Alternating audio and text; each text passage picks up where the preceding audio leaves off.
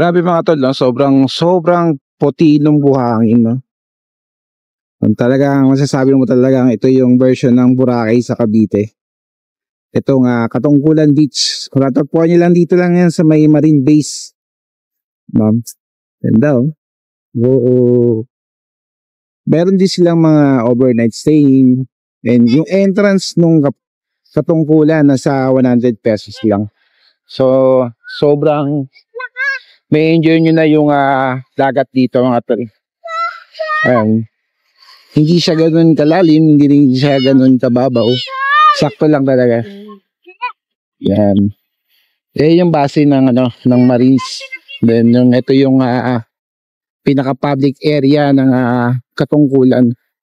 So sako pa rin siya ng Marine Base mga tol. Yan, pwede rin kayo magtayo rito ng tent pitching. Yan. Libre. Hello po.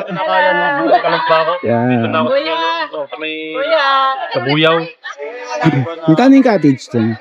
500, may 1,000. 1,500. Yung pinakamalaki yung 1,500. 300, 30 minutes. Okay na.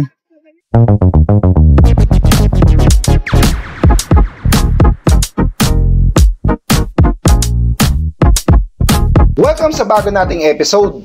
Kung mapapanood mo ang buong video, ipapakita ko sa inyo ang isa pang beach malapit lang sa Metro Manila at matatagpuan nyo na ang nag-iisang Boracay de Cavite. At sa 2 oras na biyahe, pararating nyo na ang Katungkulan Beach o kilala sa Marine Base. Sa bayan lang ito ng Ternate, Cavite.